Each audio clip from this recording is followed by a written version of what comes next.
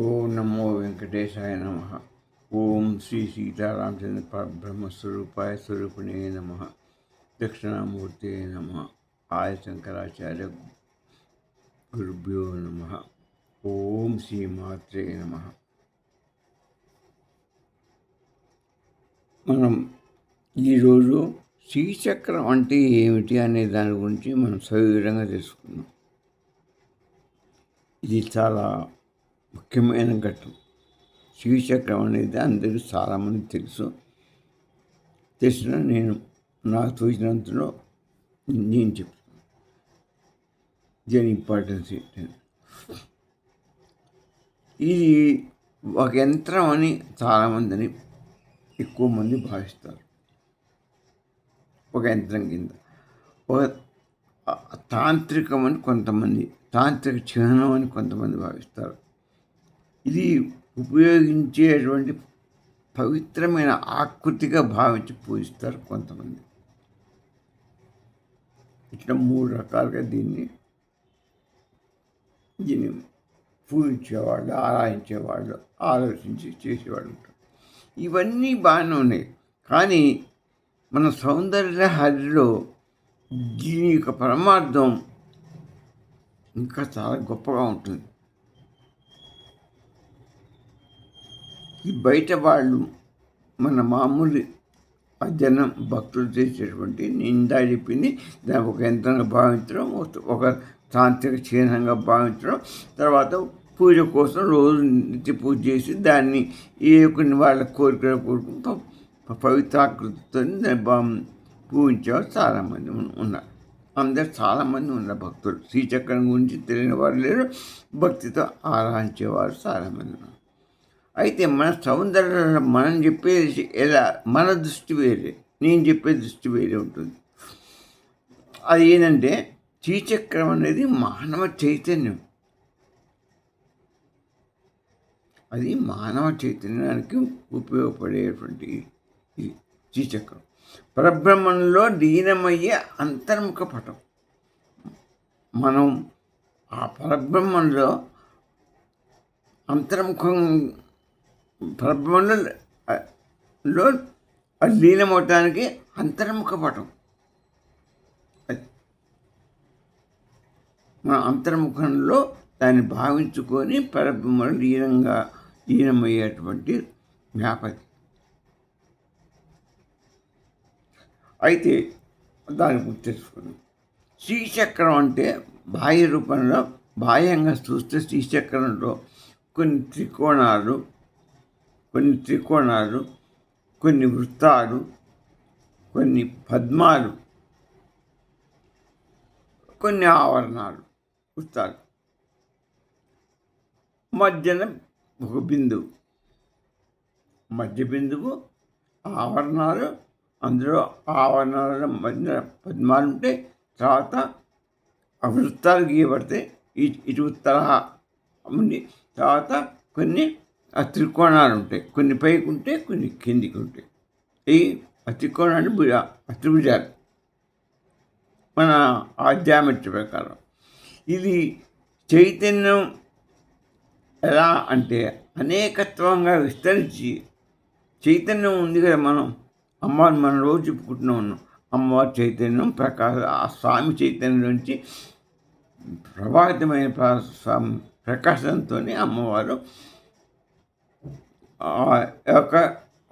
చైతన్య స్వరూపిగా, ప్రకాశ స్వరూపునిగా మన జగత్తును ఈ జీవుని అంత సృష్టింపజేసింది. అయితే అనేకత్వంగా నామరూపాలుగా సృష్టించింది అమ్మవారు. ఆ చైతన్యం నుంచి ఎలాగైతే నామరూపాలుగా అనేక రూపాలుగా ఎట్టయితే మనం సృష్టించబడ్డదో, ఈ సృష్టించిన వస్తున్న నామరూపాలన్నీ కూడా మళ్ళీ ఎక్కడికి పోతున్నాయి, మళ్ళా అదే చైతన్యంలోకి వెళ్ళిపోతుంది.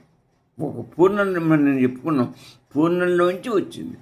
మళ్ళీ ఈ జీవులు కానీ, ఈ సృష్టి మొత్తం కానీ మళ్ళా ఆ పూర్ణంలోకి వెళ్ళిపోతుంది. ఎక్కడికి వచ్చిందో అక్కడికి పోతాం. మనం పుట్టాం, కొంతకాలం ఉన్నాం, పెరిగాం, క్షీణించినంత పోతాం, మళ్ళా తిరిగి అక్కడికే పోతాం. అది మన ఆత్మ, మన పరమాత్మ కలుస్తుంది. మళ్ళీ పుడతాం, పోతాం. ఇది అంతే. అలా వస్తుంది, మళ్ళీ ఇలా ఇలా పోతుంది, అలా వచ్చి ఇలా పోతుంది. అంటే పూర్ణంలోంచి, పూర్ణం అంటే పరబ్రహ్మ స్వరూపం. 50% శివం, 50% శక్తి, ఆదిశక్తి, పరాశక్తి. పూర్ణం 2 భాగాలు చేస్తే అర్ధశక్తి శివుడు, అర్ధశక్తి, అర్ధభాగం శక్తి, అర్ధభాగం శివుడు, శివుడు శక్తుడు. అప్పుడు అది పూర్ణమవుతుంది. ఈ 2 భాగాలు కలిస్తే ఇట పూర్ణమైపోతాయి. దీన్ని విడదీస్తే ఇటు సగం ఇటు సగం తీరుతుంది. ఇది శివుడు, ఇది పార్వతి, ఈ 2 కలిసి ఇట పూర్ణం. రాకపోతే విడిపోతే ఏముండదు. అందుకే పూర్ణంలోంచే ఉద్భవిస్తుంది. ఈ పూర్ణంలోంచే సృష్టి మొత్తం ఉద్భవింపజేసింది అమ్మవారు. ఆ ఈ పూర్ణమే పరబ్రహ్మ స్వరూపం, వృత్తాకారం అన్నమాట. అదే బిందు స్వరూపం. నువ్వు బిందువు పెట్టినా 360 డిగ్రీలే. ఇంత పెద్ద వృత్తం తీసినా 360, ఇంకా పెద్ద వృత్తం తీసినా కూడా సూర్యుడంతా ఆయన కూడా అనుకుని ఎటువంటి గోళాకారంలో ఉంటాడు. భూమి గోళాకారం, చంద్రుడు గోళాకారం, ఎన్ని పూర్ణాలు, పూర్ణ వస్తువు. మనం కూడా పూర్ణమైన నుంచి వచ్చిన వాళ్ళే. ఎన్ని పూర్ణ నుంచి ఉద్భవించినవి ఈ సూర్యచంద్రుడు, మొత్తం జగత్తు, పంచభూతాలన్నీ కూడా. ఆ పూర్ణం ఎవరు? అది ఇన్ఫినిటీ. అది ఎవరది? అదే శివ శక్తి స్వరూపం. ఇది గుర్తుపెట్టుకోవాలి. అందుకని జగత్తు మొత్తం పూర్ణంలో వచ్చింది, మళ్ళీ తిరిగి పూర్ణంలోనే లయమైపోతుంది. ఆకాశం కూడా పూర్ణమే. ఆకాశం నుంచి మొత్తం వస్తుంది, అంతరేకుండా మళ్ళీ అందులో భూమిలోంచి వస్తుంది, భూమిలోనే లయమైపోతుంది. పూర్ణం. ఏదైనా పూర్ణం నుంచి రావాలి, పూర్ణం నుంచి పోవాలి, పూర్ణంలోకి పోవాలి. ఏ వస్తువైనా, ఏ జీవి అయినా, ఏదైనా చివరికి జరిగేది అది. అయితే ఈ చక్రం మధ్య ఉన్న బిందువు ఉందని, అది అది ఒక పూర్ణం 360 డిగ్రీ. అది అత్యంత గూఢమైనటువంటి పాయింట్. ఆ బిందువే పరబ్రహ్మ స్వరూపం అన్నమాట. శ్రీచక్ర పట్టణంలో మధ్యలో ఉన్న బిందువు ఉంది, కాన్సన్ట్రేషన్. అది అనోరణీయాన్ మహాతో మహీయ, భూతమణి మహీయ. అది సూక్ష్మ బిందువు అనే పేరు, కానీ అది కావంటే వ్యాపిస్తుంది. బయటకు వచ్చి అది చూడండి, మనం శ్రీచక్ర పెద్దగా అవుతుంది, పోను పోను పోను పోను చిన్నగా అవుతుంది. అంటే చిన్న స్వరూపం, అది పెద్ద కావంటే సర్వవ్యాప్తి. అది పరబ్రహ్మ స్వరూపుడు. ఏంటి ఇటువంటి వాళ్ళు? బ్రహ్మాండం ఆయనే, సర్వవ్యాపకుడు ఆయన. దీనికి ఆరంభం లేదు, అంతం లేదు, ఒక దిశ లేదు, రూపం లేదు, దేశకాలమాన పరిస్థితులు ఉండవు. ఇది అనంతం, ఇన్ఫినిటీ అనుకుని ఒక బిందువుగా అనుభవించబడినటువంటి పరబ్రహ్మ స్వరూప స్థితి. అదే శివశక్తి అవిభక్త ఏకత్వం. ఈ బిందువు ఏంటి? శివశక్తి అవిభక్త ఏకత్వం. వాళ్ళు విడదీస్తే పూర్ణం కాదు, ఇది విడదీస్తే పూర్ణం పెట్టేది. ఇది ఉండగా అవిభక్త, ఆ బిందువు అవిభక్త పూర్ణత్వం, ఏకత్వం. ఈ రెండు కలిసి ఏకమైపోయింది. అంటే శివశక్తులు ఏకత్వంలో కనిపించబడిన పరబ్రహ్మ స్వరూపమే ఆ బిందువు అని అర్థం. అక్కడ జీవుడు లేడు, జగత్తు ఉండదు, ఉపాసకుడు లేడు, ఉపాస్యుడు లేడు. జీవుడు లేడు, జగత్తు లేడు, ఉపాసకుడు లేడు, ఉపాస్యుడు లేడు. అంటే ఉపాస్యుడు అంటే ఆరాధింపబడేవాడు, ఆరాధించేవాడు లేడు. జీవుడు లేడు, జగత్తు లేదు. ఏముంది అక్కడ? కేవలం పూర్ణ చైతన్యం మాత్రమే ఉంది. పూర్ణ బిందువు, పూర్ణ చైతన్య స్వరూపం మాత్రమే ఉంది. అదే పరబ్రహ్మ స్వరూపం.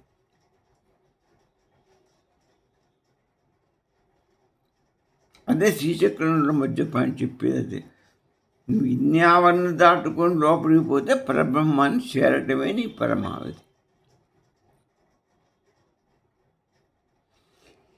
ఆ శ్రీచక్రంలో కొన్ని పైకి చూపే కొన్ని త్రికోణాలు ఉంటాయి, పైకి మార్గం నుంచి అవి ఆ శివతత్వాలు, కిందికి చూపే ఆ త్రికోణాలు ఉంటాయి అవి శక్తితత్వాలు.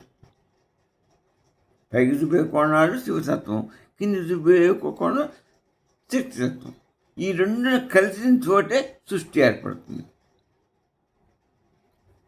సృష్టి అందులో నుంచి వ్యక్తమవుతుంది. ఇది పురుష ప్రకృతి ద్వంద్వ మాత్రమే. పురుష ప్రకృతి ద్వంద్వం కానీ ఒకటే, బిందువు ఒకటే. రెండు పురుషులు ప్రకృతిలాగా మనకు కనపడి అందులోంచి కనపడతాయి అంతే. రెండు ముఖాలు, రెండు పార్శ్వాలు. ఈ చైతన్యం మరియు దాని ప్రకాశం యొక్క అవిభాజ్య క్రీడ. ఇది ఏంటి? చైతన్య స్వరూపం యొక్క ప్రకాశం. ఆయనదిగా ప్రకాశం, స్వామిది ప్రకాశం.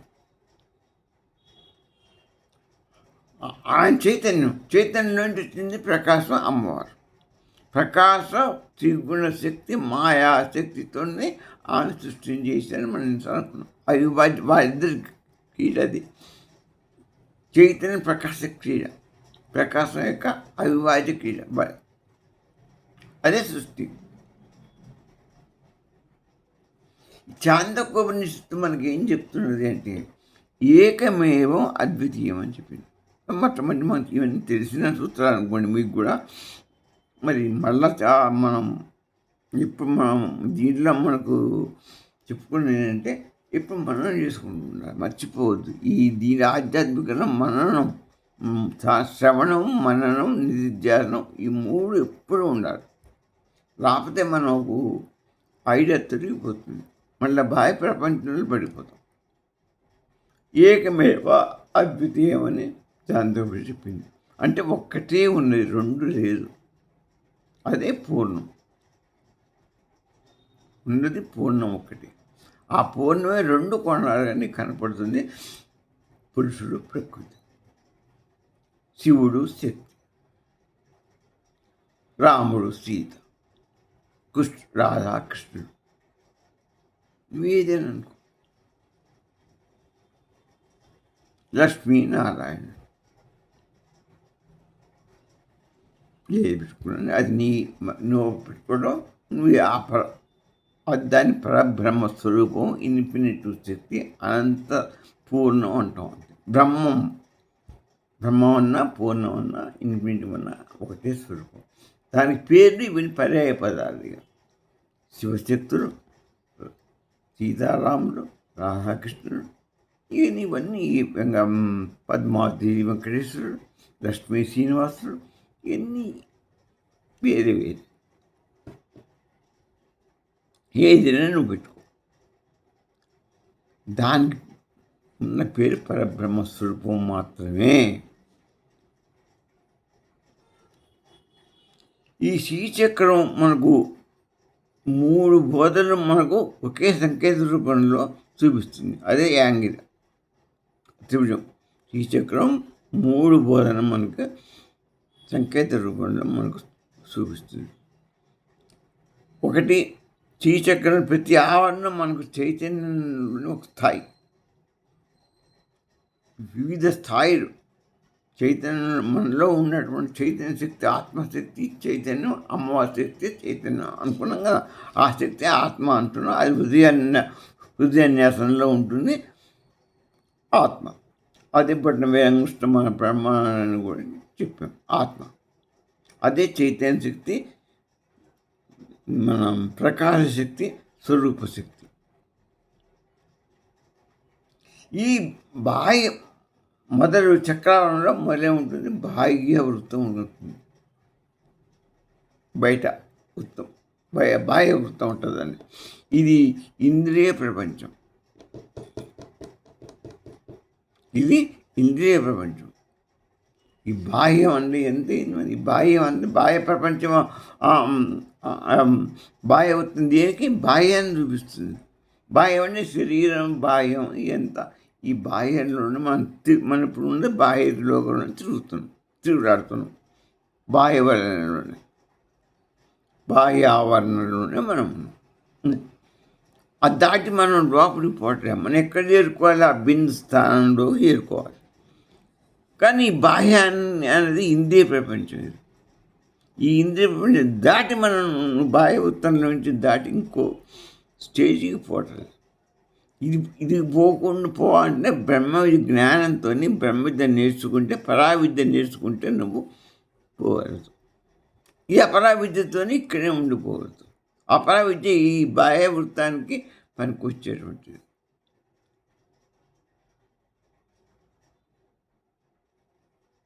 ఇది బాగా గమనించాలి.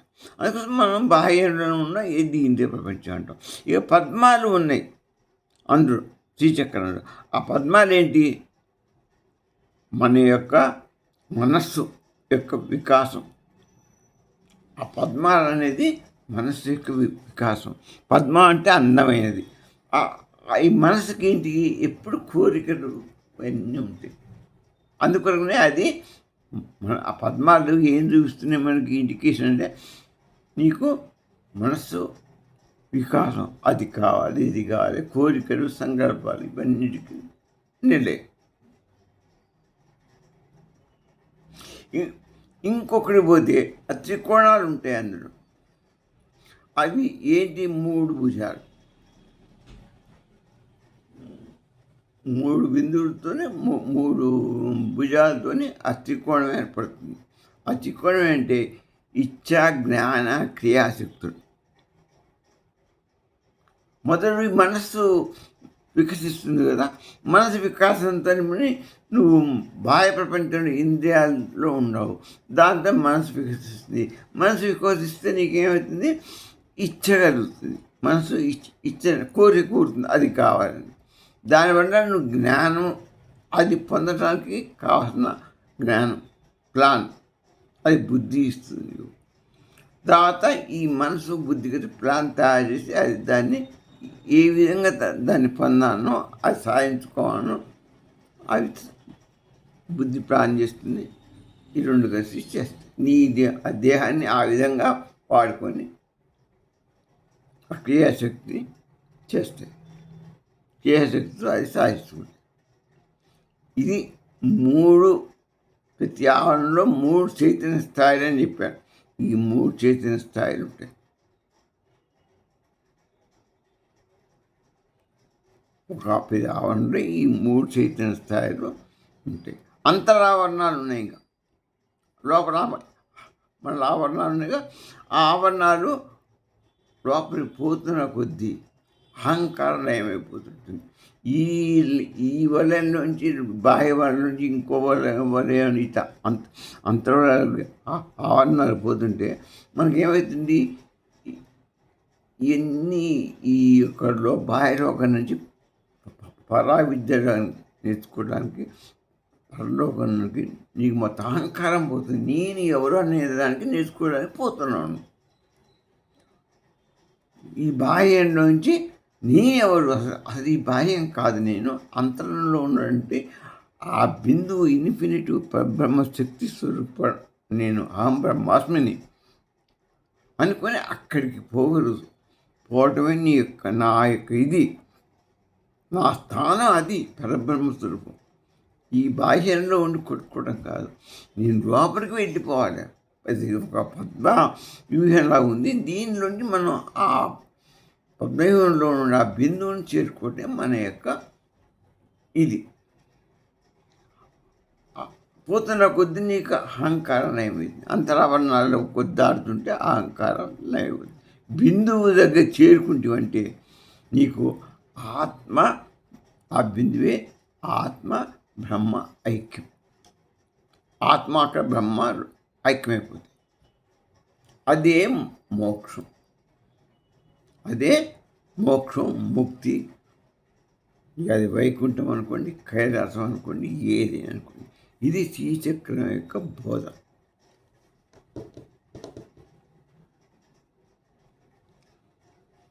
మన హృదయంలో ఉన్నటువంటిది దీన్ని మనం అంకితం తీసుకుని ఈ విధంగా మనం అంతరార్థం తీసుకొని పూజించడం ఒకటి.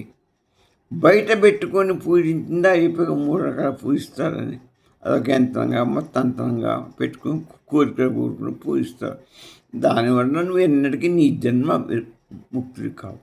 ఇప్పుడు నేను చెప్పిన ప్రకారంగా నీ హృదయాంతరంలో ఆ శ్రీచక్రాన్ని ముద్రించుకుని నువ్వు బిందు స్థానానికి నీ మనసును కేంద్రీకరించుకుని లోపలికి ఊయామని లోపలికి పోగలిగితే నీకు జన్మరాహిత్యము అసలు నీ యొక్క ఈ మానవ జన్మ సార్థకత అది. ఈ మానవ జన్మ యొక్క మోక్షానికి మార్గం అది. అదే నీ గతి. నీకు ఈ మాయ లభించినటువంటి పరమ మార్గం అది. అసలు నీకు ఇచ్చింది భగవంతుడు, ఈ జన్మ ఇచ్చింది అది. కానీ నువ్వు బాహ్య వనరులను ఆగిపోతున్నావు. దానికి మనం ఏం చేయలేం. అంత బాహ్య దగ్గర ఆగిపోతున్నావు. లోపలికి చొచ్చుకొని పోవటాలు. అలా పోవాలని శ్రీచక్రం పూజించి నీకు లోపలికి వెళ్ళిపోతావు. భక్తితో నువ్వు బయట చేసుకుంటున్నావు. నీ కోరికలు నాకు అది కావాలి, శ్రీచక్రం వల్ల అవి తీరుతాయి ఇవి తీరుతాయి అని ఎన్నో కోరికలు పెట్టుకొని నువ్వు చేసుకుంటున్నావు. దానికి వాడుకుంటున్నావు. కానీ అసలు నీ జన్మరాహిత్యానికి వాడుకోవటం లేదు. ఇక శంకరాచార్య గారు స్వామి మన గురువు గారు ఏం చెప్పారంటే ఇది బాహ్య పూజాసారంగా మాత్రమే పరిమితం చేయకూడదు. ఇది ఆయన దృష్టిలో ఏంటంటే ఉపాసన చిత్తశుద్ధిని కలిగిస్తుంది. మన ఉదయాన్ని ఉపాసన చేసుకుంటే చిత్తశుద్ధిని పొందితే ధ్యానంతో ఆత్మవిచారం చేసుకుని హూయామని పోతే లోపలికి పోగలిగితే ఆత్మని మనం ఆత్మదర్శనం అదే బిందువు. ఆత్మ ఉన్న స్థానమే హృదయ బిందువే ఈ యొక్క శ్రీచక్ర బిందువు. అక్కడికి పోతే నీకు బ్రహ్మ ఐక్యమైపోతుంది. బ్రహ్మానుభూతి నీకు లభిస్తుంది. ఈ యంత్రముఖ ప్రయాణానికి మ్యాపే శ్రీచక్ర పటం. యంత్రముఖ ప్రయాణానికి గీయబడినటువంటి మ్యాపు శ్రీచక్ర పటం అని మన గురువు గారు చెప్పారు. అది వాస్తవం కూడా మీకు తెలుస్తూనే ఉంది. మీరు దీన్ని ఈ శ్రీచక్రాన్ని ఎక్కడ వాడుకుంటున్నారు? గుళ్ళల్లో గీసి అక్కడ గీసి ఇంట్లో చక్రం పెట్టుకొని తెచ్చుకొని దానికి కుంకుమ పూజలు ఆ పూజలు ఈ పూజలు మీ యొక్క గురుడు వస్తాడు ఆ శ్రీచక్ర పూజ అంటాడు. ఏ చేస్తారో దానికి ఇది చేసుకొని దానికి ఏం చేసుకుంటారు. నాకు అది ఆ కోరిక నెరవేరాలి, నా కొడుకు ఉద్యోగం రావాలి, నాకు బిల్డింగ్ కావాలి, అది కావాలి ఏ కోరిక కోరుకుంటారు. అవన్నీ పై వలయంలో ఆ బాహ్య ప్రపంచం చెప్పిన బాహ్యంలో సంబంధించినటువంటి కోరికలతో ఇక్కడనే తీసుకు ఈ పటాన్ని దానికి వాడుతున్నారు. కానీ యంత్రముఖ ప్రయాణానికి గీసినటువంటి సంకేత పటం అది తెలుసుకోవాలి. అందుకని అద్వైతం ఏం చెప్తుందంటే ఈ శ్రీచక్రం చైతన్య తన మూలమైన బిందు స్థానానికి మంచిగా చైతన్యం అంటే మన ఆత్మ తన మూలం మన ఆత్మకు మూలమైనటువంటి బిందు స్థానానికి తిరిగి దీనమయ్యే మార్గమే ఈ శ్రీచక్ర పటం అని చెప్పి విశ్వాద్వైతం ఏం చెప్తుందంటే ఇది దైవ సన్నిధి దైవశక్తికి భక్తితో సమర్పణ చేసుకోవటానికి పోయే మార్గం.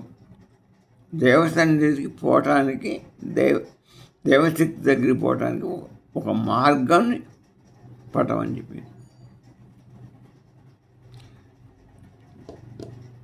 మీకు అర్థమైంది.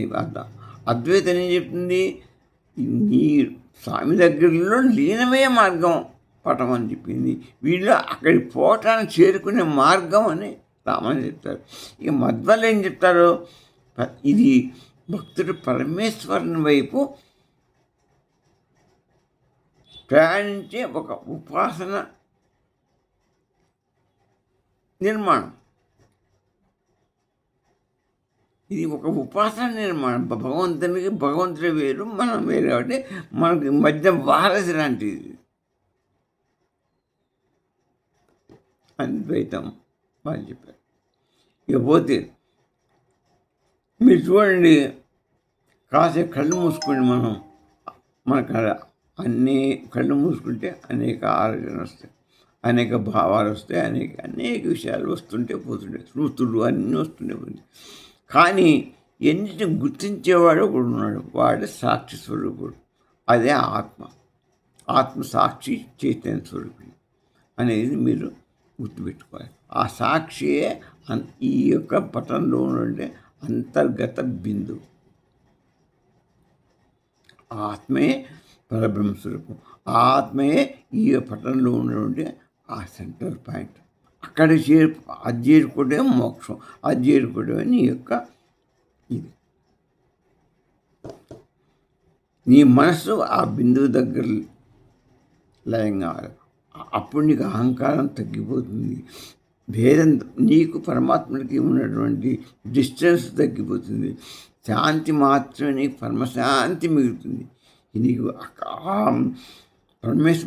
పరబ్రహ్మం మీద కాన్సన్ట్రేట్ చేస్తే నీకు శాంతి ఉంటుంది, అక్కడ ఆనందం. అంతే కదా, నేను చెప్పే కదా, సచ్చిదానందం. ఆత్మ ఆనందాన్ని ఇస్తుంది, పరమాత్మ బ్రహ్మానందాన్ని ఇస్తాడు.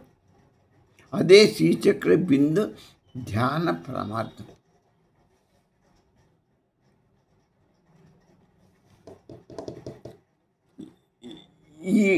ఇంతకంటే నేను ఇంకా ఏం చెప్తానంటే, శ్రీచక్ర పూజ అంటే ఇంద్రియ నిగ్రహం కావాలి. దీనికి మనం అక్కడ చేసుకోవాలంటే ఇంద్రియ నిగ్రహం పాటించాలి, మనస్సు శుద్ధి చేసుకోవాలి. తర్వాత అహంకారాన్ని లయమైపోతుంది, మనం లోపడిపోతున్న ఆటోమేటిక్గా అయిపోతుంది. అహంకారం తగ్గించుకోవాలంటే లయమైపోతుంది. నీకు దయాగుణం ఉండాలి, సత్యగుణం ఉండాలి, సేవాభావం ఉండాలి. హూయమైన ఆత్మహత్యాన్ని చేసుకుంటూ నువ్వు ఆ బిందువు దగ్గరికి చేరుకోవాలి. పరమాత్మే ఆ బిందువు, పరబ్రహ్మస్వరూపమే ఆ బిందువు. ఆ శ్రీచక్రం మధ్యన బిందువే పరబ్రహ్మస్వరూపం. అదే శ్రీమాత అనుగ్రహంతో నువ్వు చేరుకోవాలి. ఓం స్వస్తి.